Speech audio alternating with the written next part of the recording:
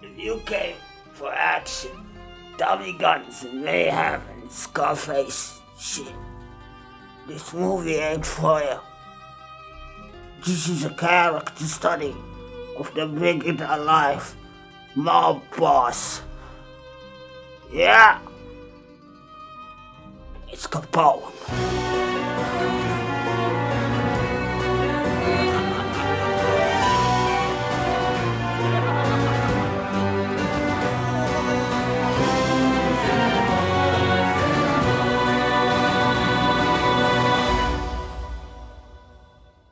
ألفونسو غابرييل كابون a.k.a. الكابون a.k.a. سكارفيس، رجل مافيا أدار عصابات في نيويورك وشيكاغو من عمر 25 ل 33، ومن بعدها انحكم 11 سنة سجن في الكاتراز. خلالها مرض الزهري أثر على حالته الجسدية والعقلية. بعد خروجه من السجن عاش 3 سنوات بائسة في فيلته في فلوريدا حتى توفي عام 1947. خلال مسيرته الإجرامية هرب كحول ومخدرات وأدار بيوت دعارة وسبب في موت عشرات البشر، أنهى عصابات بأكملها يا رجل. نعم، هذا الرجل اللي انبنت على قصة حياته أفلام شهيرة زي سكارفيس، ذا أنتاتشبلز، فالنتاينز داي ماسكار وغيرهم أفلام ومسلسلات كثير اللي أنصحك تروح تشوف منها ما استطعت، وتتفرج كمان على وثائقيات وتقرأ في ويكيبيديا عن ماضي هذا الرجل الأسود العنيف، لأنك ما حتشوف منه كثير في فيلم كابون، ومن غيره ما حتقدر ترتبط في الشخصية والفيلم. Do you know what the difference is between Adolf Hitler and Al Capone?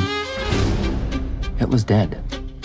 Capone lives like a king in Florida. اليوم نراجع كابون بإخراج جوش ترانك، مخرج خلال 20 سنة الماضية ما عطانا إلا فيلمين، أحدهم جيد بعنوان كرونيكل، والآخر كانت تجربة فاشلة جدا لإعادة صنع فانتاستيك فور، والآن رجع لنا في 2020 بكابون. دراسة شخصية في السنة الأخيرة من حياتها ومراقبة لتحللها الجسدي والعقلي بسبب المرض والخرف وماضيها الأسود اللي لاحقها. الفيلم كان المفروض ينزل سينمات، بس بسبب كورونا خلوه اونلاين، متوفر على ايتونز وامازون لو حابب تشوفه. اذا تبغى اكشن لا تكمل معايا، واذا لسه ما شفته ححرقه فلا تكمل معايا، واذا عمرك اقل من 18 سنة لا تشوفه ولا تكمل معايا.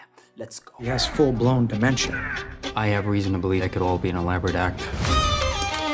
خلونا نبدأ بالكتابة والمواضيع. شخصيا ما شفت في كابون أي ثيمز واضحة غير تأثير المرض والخرف على شخصية ذات ماضي مظلم، وكيف هذا الماضي لاحقها في أواخر عمرها. الفيلم اعتمد بشكل كبير على أداء توم هاردي وتجسيده لتهالك شخصية كابون اللي أعجبني وكان ممتع، بس ما في أي سبب آخر يدفعك إنك تكمل الفيلم للنهاية، وأعتقد إنه هذه مشكلته الرئيسية. حبكة ما في، يعني مواضيع ال10 ملايين المخباية وولده البعيد موجودة عشان توهمك انه في شيء في النهاية انت تستناه، بس في النهاية ما تنتج لشيء. في قصص صغيرة وشخصيات كويسة هنا وهناك، بس لوس ما لها قصص متكاملة. حقيقي الفيلم موجود فقط عشان انت تراقب توم هاردي وهو يمثل أرذل العمر، وأرذل العمر مو بسبب الكبر، لأنه الكابون حقيقة مات عمره 48 سنة فقط، إنما بسبب الزهري العصبي والخرف والأمراض والهلاوس والكوابيس اللي لاحقت كابون في آخر أيام. What's this about? We have information that your client may have tucked away a very large sum of money.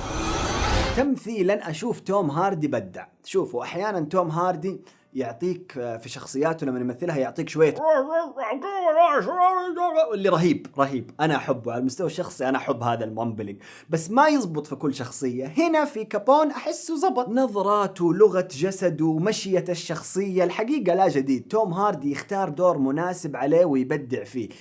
تقدر تشوفه شوية أوفر، ونبرة الصوت يمكن والأكسنت مو 100% واقدر أفهمك. دور زوجة كابون بأداء ليندا كارديليني وصلني جدا وكان مؤثر. الآدمية وصلت لي الكرب والمعاناة ما بين القرف والتعب إلى الاهتمام والحنية في بقايا إنسان عايش معاها. ودور صديق كابون الخيالي بأداء مات ديلن أيضا وصلني بشكل كامل. الولد كان مقنع، مش ولد، هو الصراحة كبير جدا يعني، كان مقنع. The only thing that really matters is how a man treats his family. سينمائيا الفيلم فيه فريمات مرتبة وفيه كونتراست رهيب عجبني بين النور والخضار في العالم الخارجي والظلمة واللون الأحمر داخل الفيلا وداخل عقل كابون. سيكونس حفلة لوي أرمسترونغ متعني جدا رغم انه ما لها اي ريفرنس في تاريخ الكابون الحقيقي، الى اني شفتها كميتافور لكل حياة البذخ والثراء اللي كان عايشها. استخدام اللون الذهبي كموتيف يعبر عن ماضيه الذهبي ايضا كان جيد، تشوفه خلال الفيلم في اماكن مختلفة وفي النهاية قفلته لما تشوف البالونة الذهبية تطير في السماء وتختفي، كان مشهد مؤثر. وعجبني ايضا ريفرنس التمساح في بداية ونهاية الفيلم. يمكن في مشكلة بيسنج، ترتيب المشاهد ورا بعض وطولها يخليك تتشتت احيانا، ويمكن في مشكلة اديتنج كمان لانك احيانا توقف قدام مشاهد ما تعرف الشخصية هذه حقيقية ولا موجودة بس في خيال كابون، واعتقد انه هذا انعمل عمدا عشان يعيشنا المخرج حالة الخرف اللي تعيشها الشخصية الرئيسية.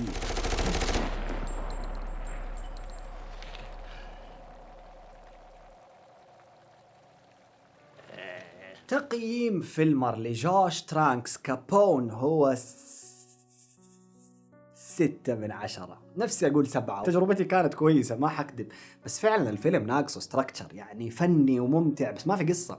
إيش بيسوي؟ 6/10. قل لي أنت إيش تقييمك لكابون، وهل تشوف توم هاردي أدى دور رجل المافيا الإيطالي في آخر عمره صح؟ وإيش في أفلام ثانية تبغانا نراجعها بهذه الطريقة؟ سبسكرايب يسهل تواصلنا، واللايك إذا أعجبك الفيديو، دائما كون فيلمر. L'hai sentito? Sottoscrive o morire.